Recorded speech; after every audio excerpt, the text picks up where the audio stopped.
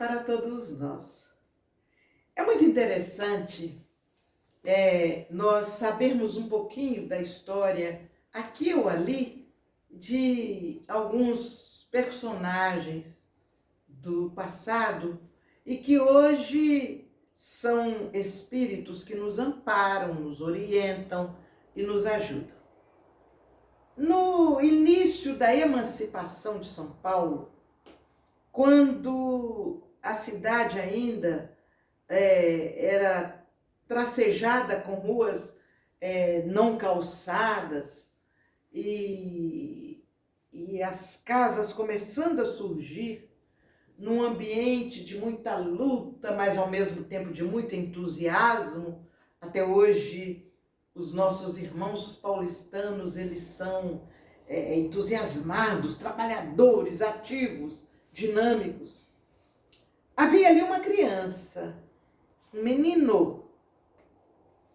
menino que procurava estudar, mas sabia que tinha que ajudar a família também. E ele conseguiu um emprego de entregar jornais. O único jornal que tinha na época, e ele era um dos que entregava de casa em casa. Naquela época de implantação, havia nas áreas ainda mais lamacentas ou que seria quase um charco, havia uma ave tipo pernalta, muito conhecida, comum na região, que era chamada batuíra. E aquele menino, para dar conta das entregas, ele não andava, ele corria. E ele com isso aumentou o número de endereços onde ele entregaria o jornal, e com isso, obviamente, aumentou também o seu recurso, o recurso financeiro que ele recebia a partir dessas entregas. E alguém, você sabe como surge apelido. Alguém, olhando para ele um dia, disse: mas esse menino corre como uma batuíra. E a partir daí, aquele cognome pegou. E ele passou a ser conhecido como batuíra. Aquele que corria como as aves que existiam naquela época do crescimento, da implantação da cidade de São Paulo. Batuíra. Foi crescendo, tornou-se um jovem trabalhador. De tanto lidar com os jornais, ele passou a escrever também. E na sua luta, no seu empenho, conhecendo a doutrina espírita, ele, paralelamente ao jornal que entregava, ele passou a escrever mensagens espíritas e a divulgar. Fez um trabalho de base no movimento espírita de São Paulo. Passou e se tornou conhecido em várias outras regiões do Brasil. E quando desencarnou, era uma pessoa respeitada no nosso movimento pelo trabalho sério, coerente, bonito, humilde que ele realizava. Batuíra. Batuíra é um espírito ligado muito ao trabalho. Muito. Ele sempre traz mensagens que nos alertam sobre o trabalho. Hoje existem casas espíritas com o nome dele, no Brasil, em Portugal, e é uma homenagem sincera, real, pelo trabalho bonito que Patuíra sempre fez. E tem um livro, psicografado por Francisco Cândido Xavier. A capa hoje deve ser outra. Essa é a capa do meu tempo, vamos dizer assim. Mais Luz é o nome da capa. Ele fala em trabalho durante boa parte deste livro. Mas hoje eu abri aqui, capítulo 80, abri após fazer uma prece e pedir inspiração para que tema nós traríamos na nossa conversa singela de alguns minutos. E me veio aqui o capítulo 80, Mudanças, em que ele diz assim, eu não vou ler tudo para não incomodar vocês, vou ler só um trechinho, tá bom? No capítulo das aflições, surpreendemos habitualmente as que decorrem de mudanças a que os acontecimentos do dia a dia nos induzem. Dentre as mudanças, porém, que planejamos e realizamos, mobilizando a nossa própria faculdade de decidir, encontramos aquelas outras com que não contávamos e que nos surgem pela frente à maneira de pedras esfogueadas no coração. Tais crises, quando aparecem, lembram explosões condicionadas na gleba da existência, que, se compreendidas e aceitas, nos descerram estradas novas para mais altos níveis de evolução. Todos nós, de um modo ou de outro, somos defrontados por mudanças imprevistas, onde quer que nos achemos, né? Então, ele diz que nós, perante quaisquer transformações desagradáveis e dolorosas, saibamos, antes de tudo, usar a prece, rogando a Deus nos auxilie a discernir e aceitar, aproveitar e compreender, a fim de que a dor, onde surja, nos possa infundir mais ampla visão da vida a caminho da vida maior. Este capítulo nos fala muito intensamente dos momentos que temos vivido. Atualmente, a pandemia nos cria impactos, mudanças bruscas das mais variadas formas. Somos surpreendidos com nossos companheiros de trabalho profissional, que quando menos assustamos, eles são levados para o outro plano da vida. Somos surpreendidos com nossos líderes, nossos chefes, nossos funcionários, que também, movidos pelas dores que a pandemia nos trazem, tomam medidas que nos causam surpresas, porque mudam o rumo das situações. Mudanças bruscas, quando muitos perdem o emprego nesta condição e não está sendo fácil encontrar outros e não sabendo como sobreviver, nós vamos sofrendo cortes nos nossos hábitos, nas nossas práticas, naquelas situações que nos agradavam. E assim, sucessivamente, tem acontecido conosco mudanças que nos surpreendem de forma desagradável.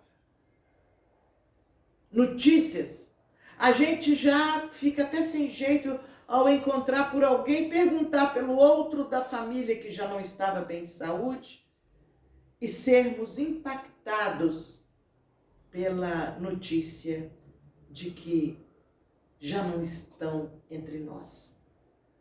E essas notícias têm sim nos abalado em todos os sentidos. Muitos, vibrando pelo medo, estão se posicionando de forma, às vezes, agressiva, outras vezes se recolhendo e não abrindo a alma nem o rosto para nós, né? Situações as mais variadas têm acontecido. Fomos levados de uma hora para outra, em menos de uma semana, para a maioria, principalmente para nós outros, que somos, como diz a lei dos homens, portadores de comorbidades. Então, nós, de uma faixa etária para frente, nós, portadores de algumas doenças crônicas, fomos de uma hora para outra como que recolhidos e colocados, fechados em nossos ambientes domiciliares. Na verdade, no início a gente nem sabia por que tínhamos que ficar presos. Mas por quê? Por causa da doença, do Covid? Mas e os outros que saem? Porque eu não posso sair? Até que fomos entendendo que era uma forma de diminuir o número dos que precisariam ser internados, de serem contaminados e ter que ir para o CTI. E sendo nós portadores de comorbidades, nós certamente correríamos mais riscos e colocaríamos outros em torno de nós também em mais riscos. E com isso, essa surpresa que a princípio achávamos que era por questão de dias, mês que vem, março, em abril a gente recomeça. Não, agora abril deu algum problema. Não, mas é certo, em maio a gente recomeça. E os meses passaram. Entramos num outro ano. E os meses estão passando. E nós, os portadores de comorbidades, recolhidos de uma forma adequada para a proteção, para a prevenção, para conservarmos a nossa saúde. Mudança brusca para aquelas pessoas que estavam acostumados a uma vida dinâmica, de atividades, de participação em grupos, de viagens, de reuniões, e de repente são impactadas pela medida, pela salutar medida que os responsáveis da área da saúde e os governos tomaram em relação a todos nós. E essas mudanças nos causam verdadeiramente impactos que nós precisamos aprender a trabalhar. E a primeira coisa que Batuíra recomenda, prece. Porque a prece nos harmoniza com Deus. E a partir daí, nós somos levados a entender as oportunidades que nos estão sendo oferecidas. E mais, a prece abre caminho para o nosso raciocínio e nós aprendermos a tirar o melhor proveito possível daquilo que está acontecendo. Eu me lembro uma vez, a minha sobrinha, jovem, inteligentíssima, e eu tinha certeza que ela passaria e seria muito bem classificada naquela época no vestibular. E, para minha surpresa, ela veio me dar a notícia que tinha feito, passado no curso tal. Eu levei um susto, porque conhecendo a capacidade e inteligência dela, eu me surpreendi de ela optar por um curso que eu diria assim, muito bom, mas que ela tinha capacidade para mais desafio do que aquele. E eu não me esqueço quando ela disse assim, eu levei um susto e perguntei, mas o que houve? Ela me disse, eu queria chupar uma laranja serra d'água. A laranja serra d'água, para nós aqui em Minas, é a laranja bem doce, que em outros estados ela pode ser encontrada com outro nome, né? Mas para nós é serra d'água. Então ela disse, eu queria uma laranja serra d'água. E de repente eu ganhei um limão. Então, eu fiz do limão uma belíssima limonada e vou sorver essa limonada com toda alegria, com todo prazer. Eu olhei para aquela jovem, recém-saída da adolescência, e nunca mais esqueci essa frase dela. As mudanças, muitas vezes, tiram de nossas mãos laranjas serra d'água. Se tiraram de nossas mãos a laranja serra d'água, essas mudanças impactantes que surgem de surpresa e deixam para nós limões azedos, que têm seu valor, têm sua importância, mas não é o que nós queríamos. Que nós não percamos o equilíbrio, não percamos a harmonia interna. Depois de uma prece, depois de refletir sobre os acontecimentos, sobre os impactos causados pela mudança, sobre as consequências da mudança em nossa vida, depois de equacionar, façamos algo simples. Usemos esses limões para fazermos uma belíssima limonada. Como? Tirando proveito. Nos prenderam dentro de casa, entre aspas, nos prenderam por causa da pandemia. Que coisa! É agradável? Plenamente não é. Quando não estamos com os familiares. Quando estamos mais sós. Mas eu vou ficar sentado chorando todo dia porque eu estou só, com saudade das pessoas? Não. Vamos nos comunicar. Vamos usar o trabalho abençoado. Vamos usar os meios de comunicação e materializar construções no bem, para o bem.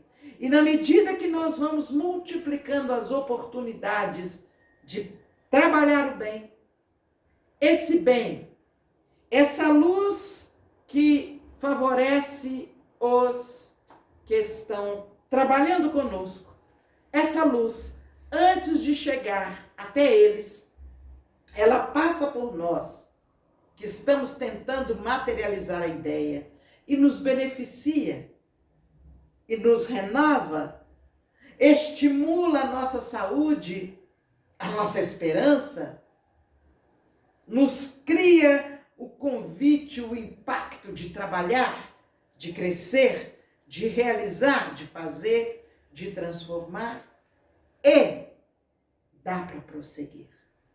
Prosseguir confiantes com Jesus, sendo instrumentos do bem, sendo instrumentos da paz, aceitando com humildade, com resignação, a oportunidade da mudança que nos chegou no impacto surpreendente. Pensemos nisso. É importante que nos deixemos levar de uma maneira mais leve pelas oportunidades que nos chegam, criando esse impacto. A princípio parece destruidor, mas não é. Ele é renovador. Ele é construtor de novas oportunidades de vida. Paz para todos nós. Prossigamos.